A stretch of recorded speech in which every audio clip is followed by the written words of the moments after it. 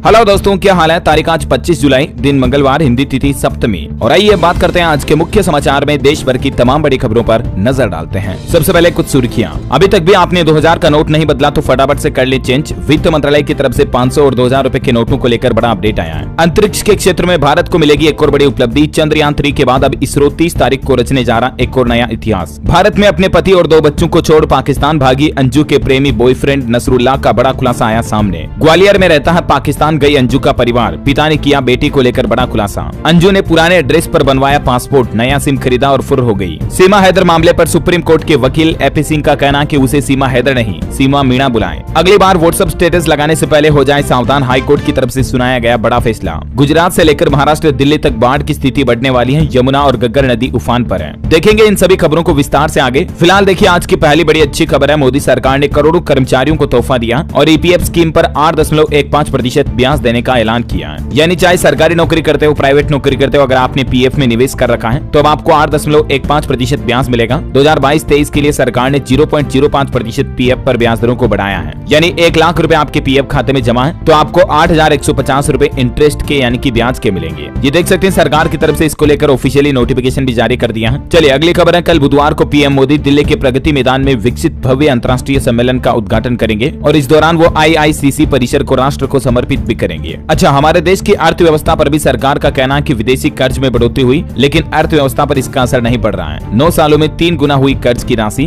भारत पर विदेशी कर्ज बढ़ा मतलब। अच्छा, बड़ी खबर देखिए। केंद्र सरकार ने प्राइवेट और सरकारी बैंकों को निर्देश देते हुए कहा कि लोगों से जबरदस्ती लोन न वसूले बैंक। बाहुबल का प्रयोग किया अगर किसी बैंक ने तो कार्रवाई की जाएगी। वित्त मंत्री निर्मला सीतारमण की तरफ से भी देश भर के सभी बैंकों को यह हिदायत दी गई है। अच्छा, स्टॉक मार्केट को लेकर अपडेट है कि जल्द ही एक ही दिन में आपके ट्रांजेक्शन सेटलमेंट हो जाएंगे। सेबी चीफ माधवी का कहना है कि टेक्निकल हस्तक्षेप की वजह से भी इन्वेस्टर्स ने 3,500 करोड़ का प्रॉफिट बनाया इंडियन स्टॉक मार्केट से। और सेबी की अध्यक्ष बोले कि शेयर बाजार लेनदेन में तुरंत निपटान पर काम हो रहा है जिससे कि आपके सेम डे ट्रांजैक्शन सेटलमेंट हो जाएंगे। अच्छा, खबर है कि आईटीसी बना देश का सबसे बड़ा consumer stock brand. Hindustan Unilever को करीब 4 साल बाद दी मात। अच्छा, भारत के लिए एक और बड़े गर्व की बात देखिए। चंद्रयान 3 के बाद इसरो अपना नया मिशन तैयार कर चुका है। 30 जुलाई को 6 उपग्रहों के साथ PSLV C56 को भेजा जाएगा अंतरिक्ष में। सिंगापुर के 7 सैटेलाइट को एक साथ लॉन्च करेगा इसरो। किसी भी मौसम में काम करने में सक्षम है DSSAR। और ये जो उपग्रह भेजे जाएंगे 30 जुलाई को 7 सैटेलाइट, इनके जरिए जांच एजेंसियों को मौसम कनेक्टिविटी के लिए मदद मिलेगी। अच्छा, बड़ी खबर देखिए। और आपके प्यार के लिए एक लाइक भी कर देना फटाफट से, 1 सेकंड का काम है, ठीक है ना। चलिए मैं आपका टाइम वेस्ट बिल्कुल भी नहीं करूंगा और सीधे ले चल रहा हूँ मौसम अपडेट पर। तो देखिए दोस्तों, महाराष्ट्र गुजरात में तबाही मची हुई है। महाराष्ट्र के विदर्भ में 19 लोगों की जान चली गई। जूनागढ़ में 3000 लोग फंस गए। पंजाब के घरों में भी पानी घुसा।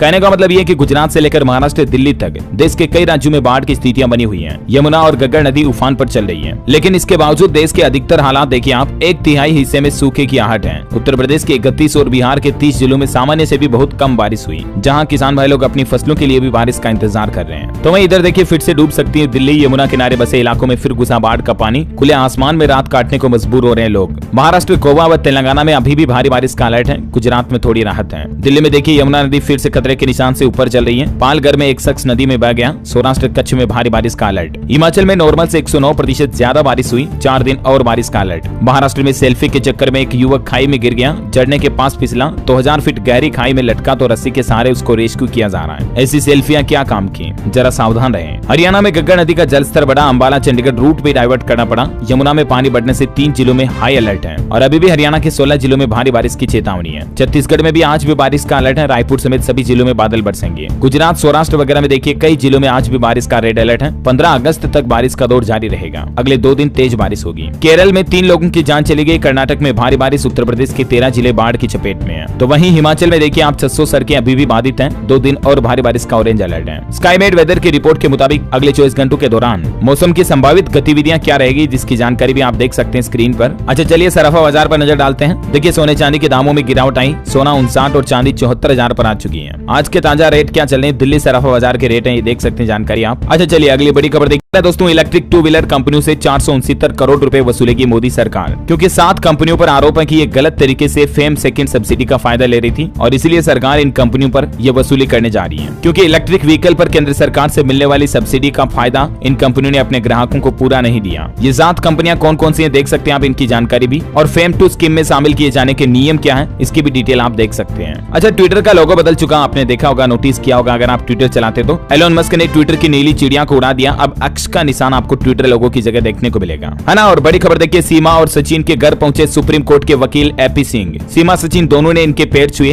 बंद कमरे में बातचीत हुई और वहीं सीमा के पाकिस्तान के जो डॉक्यूमेंट्स हैं उनको पाकिस्तानी दूतावास भेजा गया है वेरीफाई करने के लिए कि कहीं सीमा ने जो पाकिस्तान में आईडी कार्ड वगैरह बना रखे थे वो तो ओरिजिनल थे या नहीं, या कहीं भारत में बनाए गए आधार कार्ड की तरफ फर्जी तो नहीं। इन्हीं की जांच के लिए पाकिस्तान में दूतावास के पास भेजा गया सीमा हैदर के दस्तावेजों को। एक इंटरव्यू के दौरान सीमा हैदर रोने भी लगती है, वो कहती है कि मैं भारत की बहू बनकर ही जाऊंगी, पाकिस्तान जाऊंगी तो, वरना नहीं जाऊंगी। अच्छा, सीमा हैदर मामले में विनय नाम के एक नए शख्स को भी गिरफ्तार किया गया, वो अब सीमा का सच बताएगा। उत्तर प्रदेश एडीएस ने नोएडा से तलब किया इसको, नेपाल से लेकर रबुपुरा तक सीमा के लिए इसी ने मदद की थी, विनय नाम के एक शख्स ने, और अब उससे भी एटीएस पूछताछ करेगी। तो वहीं सुप्रीम कोर्ट के वकील लीगल तरीके से पाकिस्तान में गई है। वैसे तो ये राजस्थान की रहने वाली है, शादी इसकी उत्तर प्रदेश के बरेली में हुई, और जब ये पाकिस्तान गई उससे पहले अपने पति को ये कहकर गई थी कि मैं जयपुर अपनी सहेली से मिलने जा रही हूँ, लेकिन पहुंच गई पाकिस्तान। और खबर तो ये भी है दोस्तों कि पाकिस्तान के अपने प्रेमी जिस नसरुल्लाह से ये अंजू मिलने गई ना, उसने पाकिस्तानी मीडिया में ये भी बयान दिया कि हम शादी करेंगे जल्दी, अंजू से मेरी सगाई होगी, फिर वो वापस भारत जाएगी, उसके बाद हम शादी करेंगे। हालांकि फिर इस मामले में नया ट्विस्ट देखा गया, अंजू ने कहा कि शादी का मेरा कोई इरादा नहीं है, और यहाँ तक कि पाकिस्तानी फ्रेंड नसरुल्लाह ने तो लव स्टोरी से भी इनकार कर दिया कि हम दोनों के बीच कोई प्यार प्रेम भी नहीं है। तो क्या फिर अंजू ऐसे ही पाकिस्तान चली गई हर किसी से मिलने के लिए? दोनों के बीच कुछ तो दोस्ती प्यार होगा ना। हालांकि सीमा हैदर जैसे मामले से जोड़कर देखा जा रहा अंजू के मामले को भी, तो उसने बयान जारी करते हुए कहा कि मेरा मामला सीमा जैसा नहीं है, 2 दिन में भारत लौट आऊंगी। और भारत से पाकिस्तान गई अंजू को पाकिस्तान में सुरक्षा भी दी गई है, धर्म को लेकर परिवार वालों ने दावा किया था, उसके बाद पाकिस्तान पुलिस की तरफ से अंजू को सुरक्षा भी मुहैया कराई गई है। तो वहीं इधर पाकिस्तान गई अंजू को लेकर उसके पिता ने बड़ा दावा किया और कहा कि सनकी और आजाद ख्याल की लड़की है और इसीलिए हमने तो उसे 20 साल पहले ही छोड़ दिया। उसके पिता का भी कहना कि उसने जो काम किया वो गलत है। इस मामले पर एक और खुलासा ये आ रहा है कि अंजू ने अपने पुराने एड्रेस पर बनवाया था पासपोर्ट, नया सिम खरीदा